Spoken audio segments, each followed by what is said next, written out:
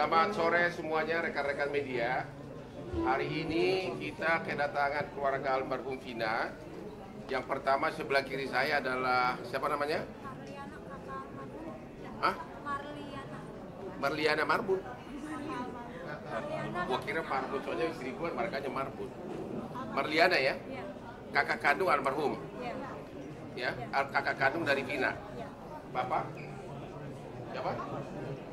Wasnadi. Wasnadi, bapak kandung almarhum. Ibu? Sukaisi, ibu kandung dari almarhum. Dan yang ganteng ini, tapi saya lebih ganteng. Dirat. Hah? Dirat. Dirat, produser yang bikin film ini. Oke. Dirat. Agar lebih terorganisir, saya akan mencoba dengan mengajukan pertanyaan yang mewakili kalian. Karena kalau kalian nanti terlalu kemana-mana, kurang terlatih sebagai wartawan seperti aku. Oke, kejadiannya tanggal berapa? Kamu bersaudara berapa orang? 4. 4 orang. Kamu nomor berapa? Saya nomor 2. Almarhum? Bungsu. Paling umur berapa dia pas kejadian itu? 16 tahun. 16 tahun. Itu tanggal berapa? Tanggal 27 Agustus 2016. Kejadiannya pertama dia dibonceng sama cowok yang juga almarhum. Iya. Dari mana ke mana berangkatnya? Dari rumah, izin mau main. Mau main, dijemput sama cowok ini? Iya. Oke. Mau jam berapa itu kejadian? Habis Isya kalau nggak salah. Oke, habis itu nggak tahu lagi beritanya? Iya. Nggak tahu lagi beritanya. Baru tahu kemudian bahwa almarhum sudah meninggal. Berapa lama kemudian? Di jam setengah 1 malam. Malam itu juga. Iya, di malam itu. Yang kasih tahu siapa? Ternyata yang ngasih tahu itu pelaku Hah? datang ke rumah. Awalnya kan nggak tahu itu pelaku ya. Datang ke rumah. Pelaku yang juga udah divonis. Iya. Datang Dia ke bilang rumah. apa? Dia bilang Vina kecelakaan. Oke. Ya, terus bapak sama kakek itu datang ke rumah sakit. Di situ masih ada napas sih sebentar, terus lama dia meninggal. Nama pelaku yang datang ke rumah itu siapa? Saya kurang tahu ya. Soalnya yang ngadepin waktu itu bapak. Ada, Bapak tahu? Nggak ingat ya? Nggak ingat. Kok dia bisa tahu rumahnya Vina dari mana? Mungkin dia tahu dari yang lain mungkin. Oh, jadi nggak kenal kalian identitasnya? Iya, nggak kenal. Oke. Kemudian kalian ke rumah sakit dan meninggal. Iya. Kemudian sementara benar awalnya kata polisi kecelakaan tunggal. Ya, waktu datang ke rumah sakit itu kan di situ ada polisi tuh bilang katanya kecelakaan tunggal. Oke. Kemudian, oke terus. Keluarga percaya karena yang bilang kan polisi ya, jadi langsung dibawa aja. Emang waktu tiba di rumah sakit masih bernapas almarhum, Iya, masih. tapi nggak sempat ngomong, nggak sempat ngomong. Nggak sempat ngomong karena dia udah keluar darah banyak. Kalau yang cowok Kalau yang cowok udah meninggal di tempat. meninggal di tempat. Cover itu Oke. Mulai akhirnya kasus ini terbongkar dari mana? dari kecurigaan kami di 3 hari almarhum. Sesudah 3 hari almarhum apa yang terjadi? Saya ngambil HP almarhum korban itu masih utuh semua. HP dan motor itu masih utuh, nggak ada yang retak, nggak ada yang lecet, nggak ada yang pecah gitu, nggak ada. Ambil HP dari kantong korban atau dari mana? Dari kantor polisi. Oke, masih utuh semua. Masih utuh semua. Oke, terus? Terus saya curiga di situ kok bisa kecelakaan yang hebat kayak gitu, HP nggak ada lecet, nggak ada retak, Oke. motor pun nggak ada lecet, nggak ada Motor nggak rusak, nggak rusak, HP korban HP juga tidak rusak, tapi oleh oknum polisi saat itu disebutkan kecelakaan tunggal gitu. Nah, ini nih perhatian dari polisi nih, ya. Motor tidak rusak, tapi HP tidak rusak, tapi pernyataan pertama dari polisi disebutkan kecelakaan tunggal. Oke, terus? Terus saya pulang, saya sama keluarga yang lain tanda tanya di situ, cuman Iya. kami keluarga nggak ngerti apa-apa, cuma Iya. tanya-tanya aja. Terus malamnya itu jam 1 malam saya ditelepon sama abangnya temennya bahwa bilang kalau almarhum adik kamu masuk ke tubuh ponakannya. Jam 1 malam saya datang sama bapak itu ke sana. Oke, jam 1 malam hari ketiga, Ketiga kalian ditelepon oleh abangnya abangnya yang kesurupan itu. Iya. Namanya siapa? Linda. Oh, Linda kesurupan. Berapa jauh rumahnya dari rumah kalian? Berapa jauh sih? Satu kampung, 2 kampung? Enggak. Ya pokoknya kalian pergi ke rumahnya. Iya. Terus ditelepon sama abangnya, katanya Linda kesurupan gitu. Ya, adik aku nggak mau pergi sebelum ada yang disampaikan Oke, akhirnya kalian datang ke sana. ke sana. Kamu ikut Saya sama bapak. sama papa. Terus apa yang kau lihat? Di situ almarhum cerita semuanya kejadiannya, bahwa bilang dia itu jangan terkecoh sama polisi mbak. Saya bukan kecelakaan. Kalau saya kecelakaan pasti baret semua saya. Di situ saya nggak baret mbak apa. Dia cerita semuanya. Cerita bahwa, Si yang kesurupan Linda ini ngomong begitu. iya. Terus apalagi yang dia ngomong? Ngasih tahu bahwa dia diperkosa, Diperkosa, dibunuh, dibunuh. disiksa gitu, kayak dipukul balok, dipukul batu gitu dia. Yang merkosa itu benar 13 orang katanya. 11. 11. 11. Katanya nggak semuanya. Apa? 11 orang yang pelaku, cuman nggak semua perkosa. Oke, ada berapa orang yang perkosa nggak tahu? Lupa saya. Oke, terus apa lagi yang dicerita? Ya terus dia disiksa kayak dipukul batu, dipukul bambu gitu. Dan semua Sama semua yang diceritain sama dengan dengan kondisi tubuh mayat, si korban. mayat almarhum. Padahal si Linda yang kesurupan ini tidak pernah melihat Ya, mayatnya. belum datang, dia justru Belum pernah lihat mayatnya gitu loh. Terus kemudian akhirnya kok bisa sampai akhirnya polisi kemudian merubah angkapannya dari kecelakaan tunggal menjadi penganiayaan dari mana? Hanya gara-gara rekaman ini? saya kasih rekaman itu, terus bukti bahwa HP almarhum adik saya masih utuh, terus motor juga masih utuh, itu saya kasih semua foto-fotonya ke bapaknya almarhum yang cowok. Ya. Terus gak lama Bapaknya almarhum juga polisi. polisi, Pangkatnya apa? saya kurang tahu, Di Polres di Polres Cirebon. Cirebon. Oke, akhirnya dikasih. Oke, terus Terus dikasih apa? Itu bapaknya almarhum yang cowok. Oke, terus terus saya kasih bukti-bukti itu, nggak lama ada berita bahwa pelaku ketangkap. yang ditangkap 8 orang. Nggak langsung 8 orang, itu 7 orang dulu. 7 orang dulu. Baru nyusul satu lagi 8. Oke. Terus itu. Udah itu aja. Terus Oke. yang sisa 3 sampai sekarang saya belum dapat kabar. Dari mana Anda tahu? Banyak di media menyatakan yang 3 DPO ini katanya bapaknya polisi, benar nggak itu? Dari rekaman almarhum adik saya sih bilangnya seperti itu. Cuman makanya saya tidak membenar belum. Oh, belum pasti gitu. Iya. Hmm. Masih dicari tahu kebenarannya kalau yang Hmm. itu. Oke, ada lagi yang mau ditambahkan? Hmm? Saya cuma minta Kapolri sama Kapolda mengusut tuntas. Oke, dari Bapak ada yang mau diutarakan, silakan Pak. Bapak siapa tadi Pak? Terima kasih ya Pak.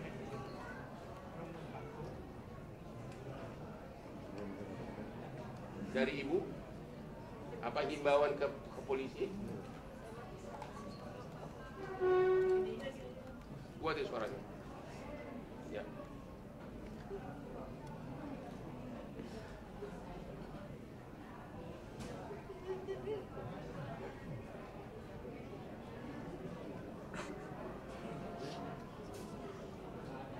Ini mengucapkan terima kasih kepada Pak Hotman Paris, kepada Pak Dera, pada netizen se-Indonesia yang sudah mau membantu menaikkan lagi kasus ini, membantu supaya Oke. terungkap.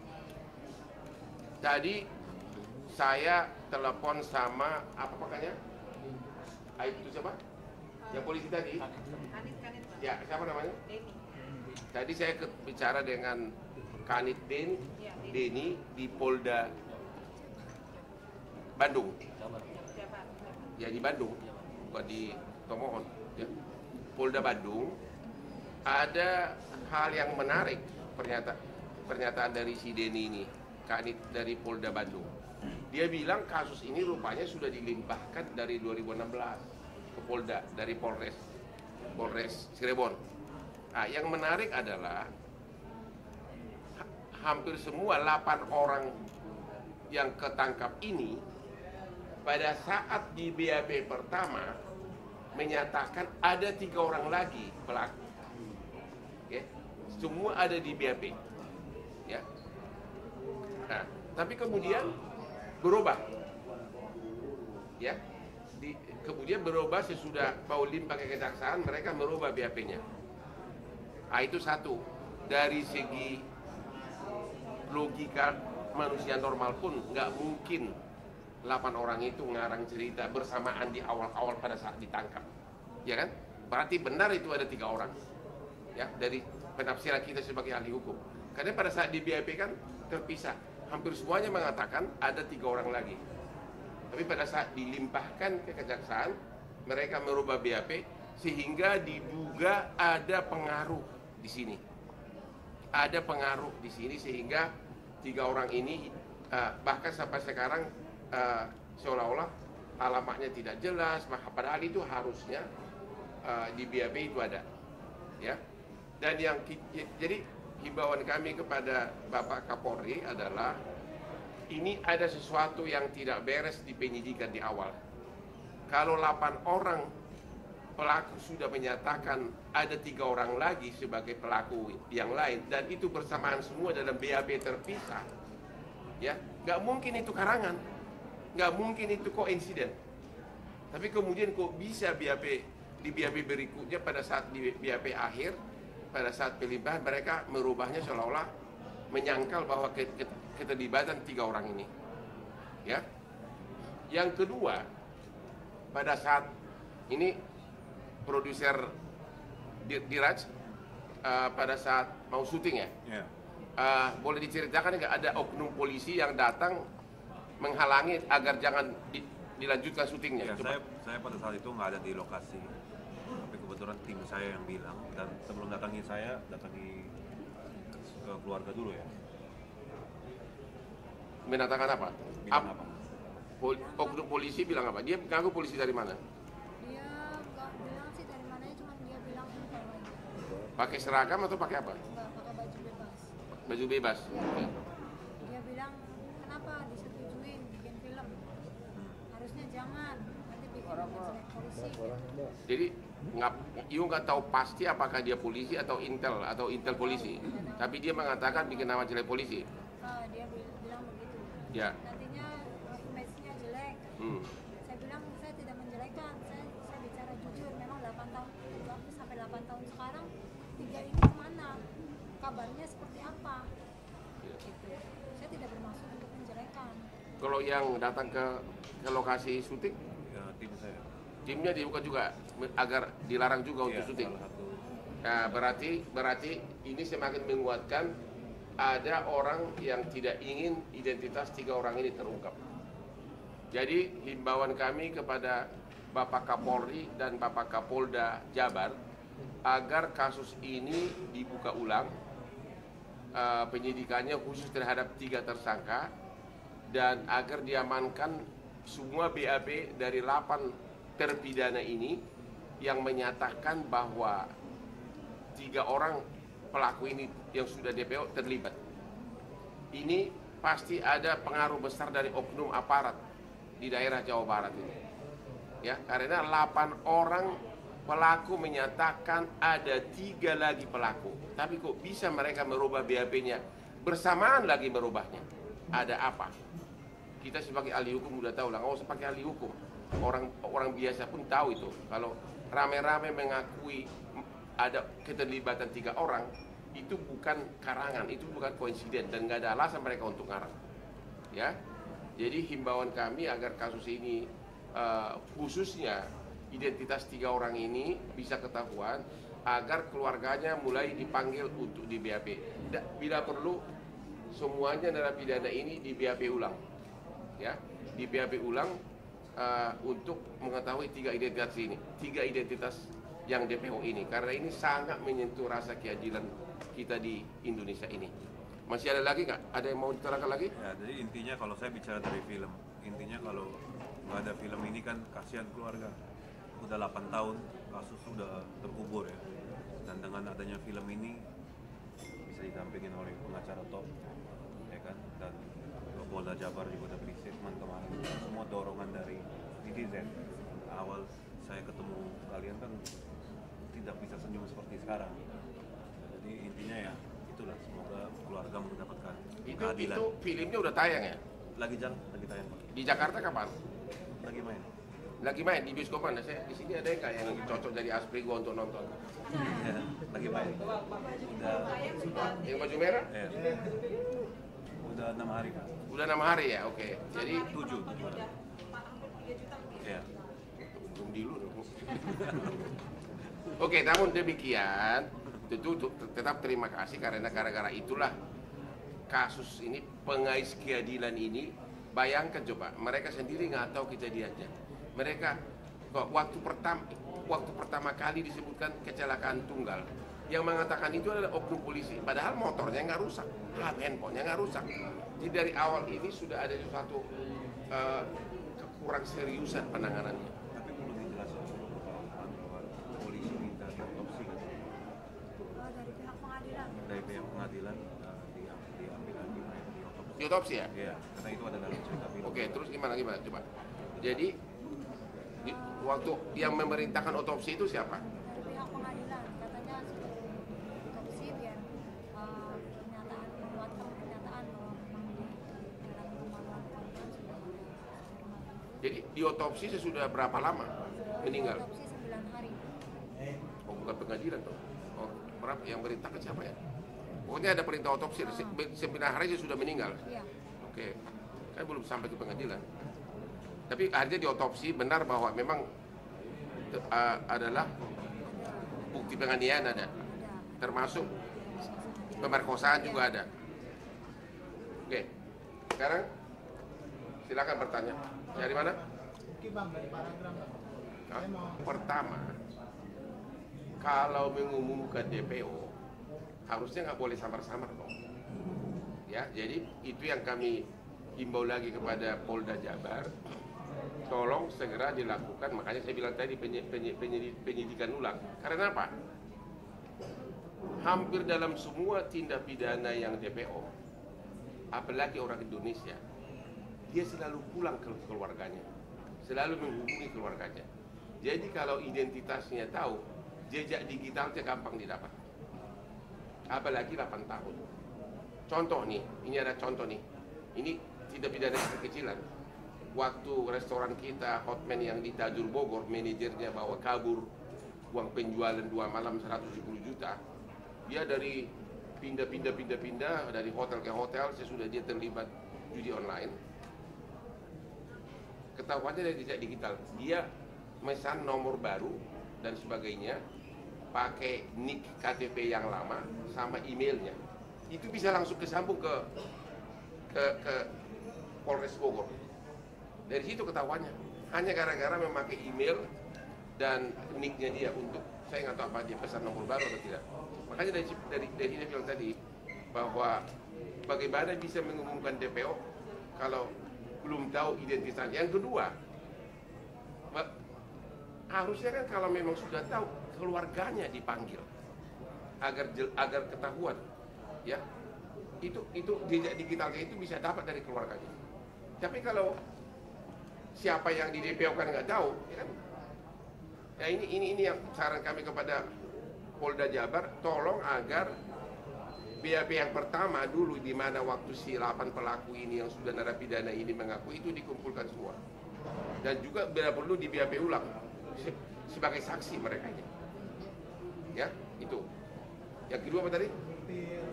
Oke, bukti rekaman itu jelas bukan bukti, tapi itu hanya sekedar petunjuk. Ya, bukan bukti satu. Ya, hanya sekedar petunjuk, tapi melihat sinkron semuanya dengan keadaan apa yang dia ceritakan di dalam kesurupan itu persis sama kejadian apanya yang dialami oleh korban. Itu hanya bukti petunjuk. Ya, nggak bisa dipakai sebagai bukti yang sah. Ya, tapi yang paling utama adalah pengakuan dari 8 orang itu waktu dia BAP pertama. Yang ketiga apa? langkah dari Bang Hotman terhadap kasus ini, ya pengawalannya akan seperti apa? Langkahnya adalah inilah langkah pertama ini. Nah, ini sangat efektif ini. Ya, ini langkah pertama karena ini pasti nanti akan ditayangkan seluruh media.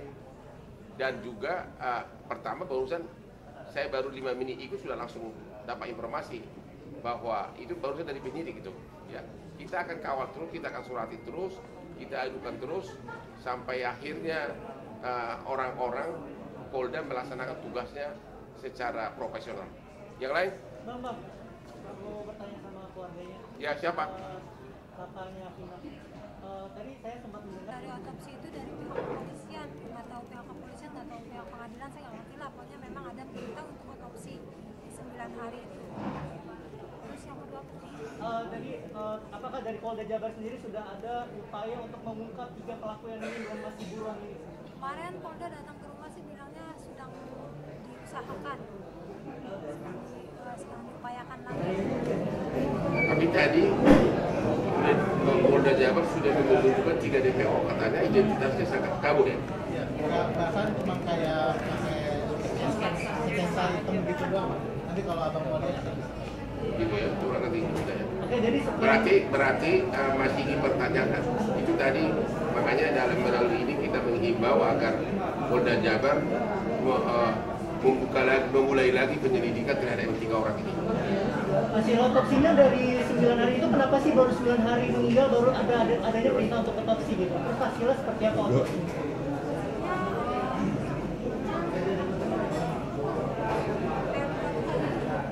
Sudah pasti adalah karena korban penganiaya, makanya di persidangan terbukti semuanya dihukum seumur hidup kecuali yang di bawah umur cuma 8 tahun. Dan itulah bukti bahwa memang penganiaya itu sudah merupakan bukti bahwa memang benar bukan kecelakaan tunggal. Ya, alasannya setelah 9 hari diotopsi itu kenapa? Alasannya Mereka nggak tahu, saya tahu detail itu. Orang ini kan orang rakyat kebanyakan nggak tahu lah sampai detail itu. Itu mungkin ditanyakan kepada Polda Jatim, karena ternyata kasus ini langsung dilimpahkan 2016 ke Polda Jabar. Apakah dari hasil otopsi itu ditemukan adanya bekas-bekas pemerkosaan dari jenazah Firna? Ya, didengar di sidang ada. Apa aja buktinya? Cuma lu tahu apakah berkompensasi? Iya. Ada spermanya. Itu Anda tahu itu didengarkan di sidang. Oh, di persidangan terungkap bahwa hasil otopsi di tubuh bagian intim dari si korban masih ada sisa-sisa sperma. Ya, silakan. Datang ke rumah katanya. Jangan dilanjutkan syutingnya gitu ya. Itu tahun lalu ya pada saat syuting. Ya. Tapi Pak, setelah filmnya naik,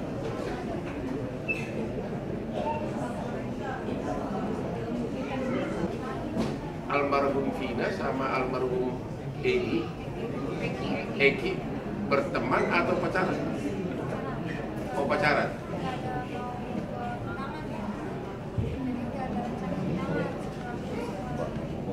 Oke.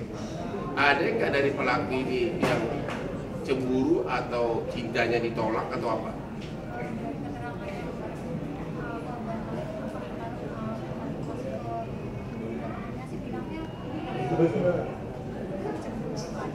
Kayak yang ngomong itu siapa? Oh, cemburu ya. Tapi gini deh. Memang dari 8 pelaku ini nggak pernah you dengar apakah dekat sama adik kamu? Nggak tahu yang suka yang mana, nggak tahu. Identitasnya nggak tahu juga.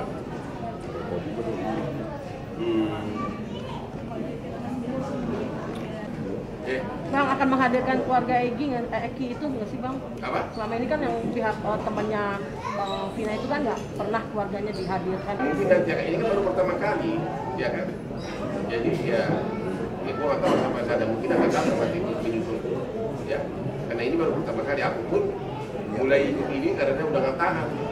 Setiap malam ada jutaan netizen ganggu saya di WA saya bunyi terus, ya bunyi terus. Gua kira gara-gara video viralnya si Tante MB yang dia bilang tidak butuh cowok, ternyata Vina melulu. Akhirnya itu saya itu setiap malam itu harus disalin, kalau nggak disalin seluruh Indonesia pengaduan itu datang, ya termasuk yang saya ini WA sama DM saya itu penuh mengenai Vina. Aku sendiri nggak tahu kasusnya, jujur aja Langsung saya suruh tim Neo riset, akhirnya baru mulai tertarik. Ternyata menarik sekali. Ya. Cuma buat kakaknya Vina, Pak.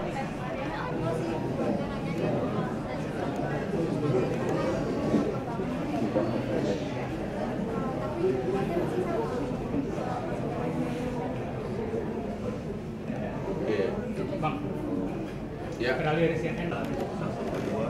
Kalau nggak ada film ini gimana keadilan untuk mereka? Ini semua kan kita di sini juga kena film ini. Jadi itu nilai positif itu yang harus dilihat. Banyak netizen itu nggak nonton tapi mereka hanya bilang itu keras. Tapi itu sebenarnya apa yang terjadi dengan almarhum dan juga disetujui oleh keluarga. Dan sudah divonis seumur hidup, itu mau saya dilakukan lagi. Ya. Jadi sudah sesuai dengan ini kan? Hanya kecuali yang 3 orang itu.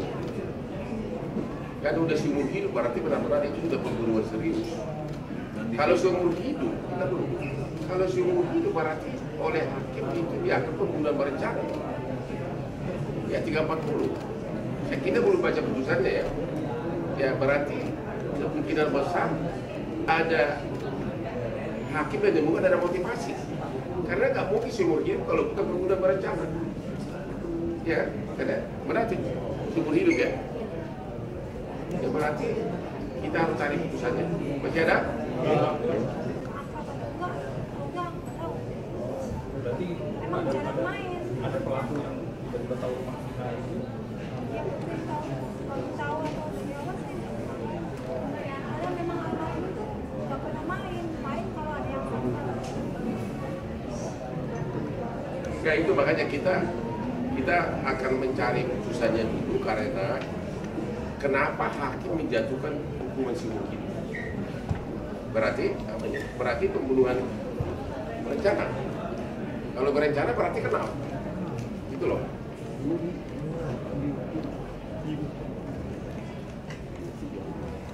Coba ada lagi yang bertanya kan? Tapi gue baca ini.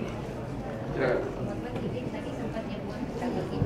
Dari pelaku lain ke lainnya yang sengaja mau apa ini perkosa.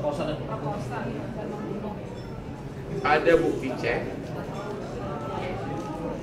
Maksudnya sebelum diperkosa sudah direncanakan. Ya benar begitu.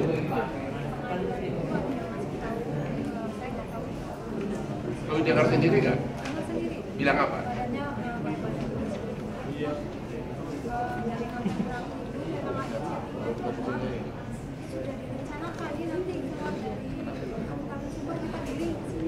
Oh, berarti saksi ya, saksi.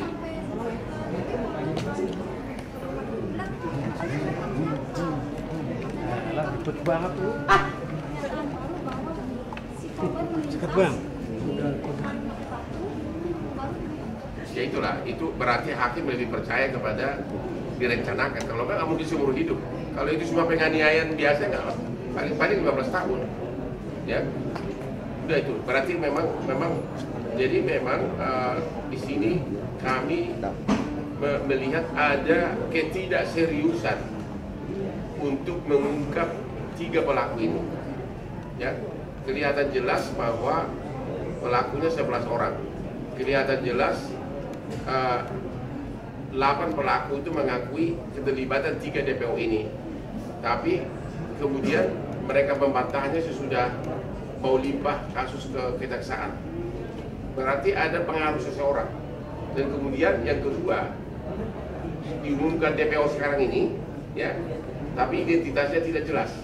Bagaimana bisa mengumumkan DPO kalau identitasnya nggak jelas? Ya, namanya disebutin.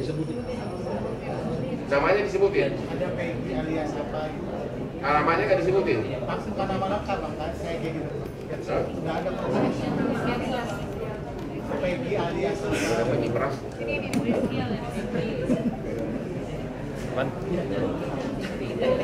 Benar tuh bang,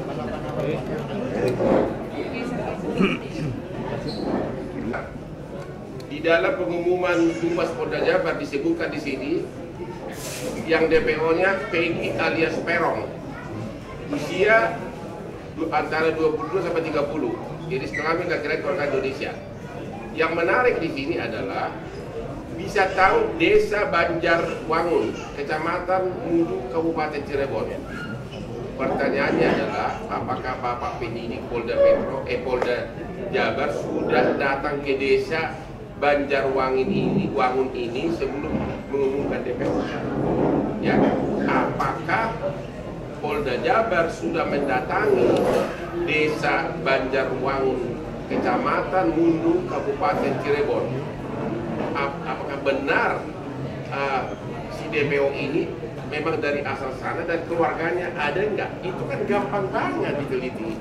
Oleh karena itu dalam kesempatan ini melalui media ini kami memohon bantuan dari Kepala Desa Banjarwangun, Kecamatan Mundu, termasuk juga camatnya Kabupaten Cirebon, agar Bapak berkenan untuk mengecek wargamu ada enggak warga bernama Peggy alias Perong dari desa Anda yang mungkin juga sudah menghilang, tapi keluarganya ada, ya. Ada 3. Jadi pertama Peggy alias Perong, desa Banjarwangun, Kecamatan Mundu, Kabupaten Cirebon. Ya, mohon kepala desanya dan camatnya untuk meneliti warganya. Satu lagi Andi, bukan ada nama apa nih?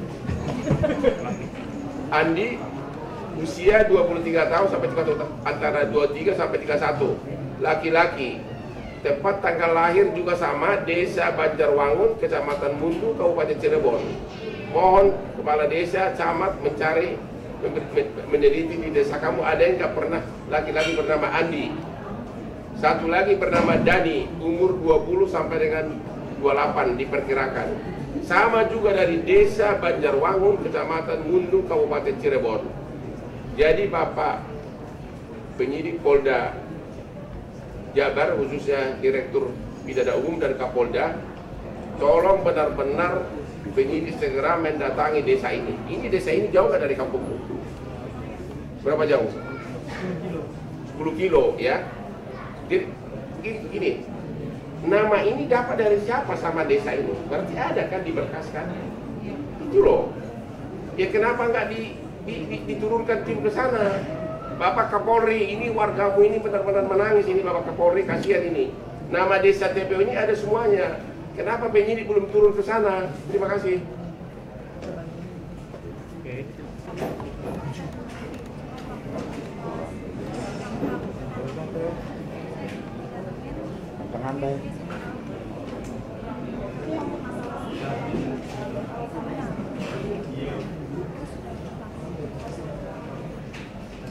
Satu lagi, aku belum puas, aku mau ngomong lagi. Bikin rekap udah. Yang tadi satu. Biar seluruh warganya diumumin.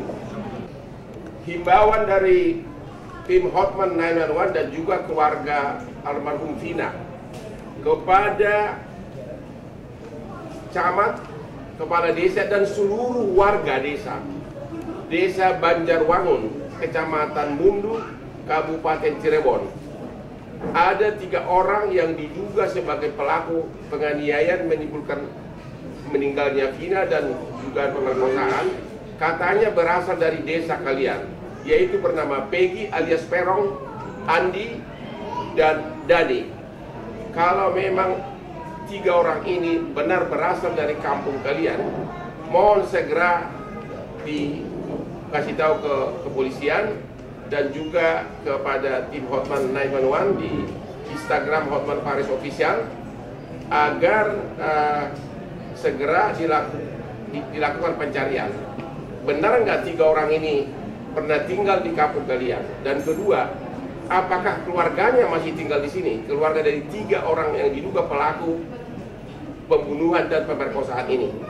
Terima kasih dan bantuan kalian sangat diharapkan, ya, sangat diharapkan.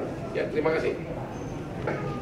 Bahwa salah satu pelaku ini adalah orang tuanya dari oknum kepolisian, tapi itu belum ada kepastian.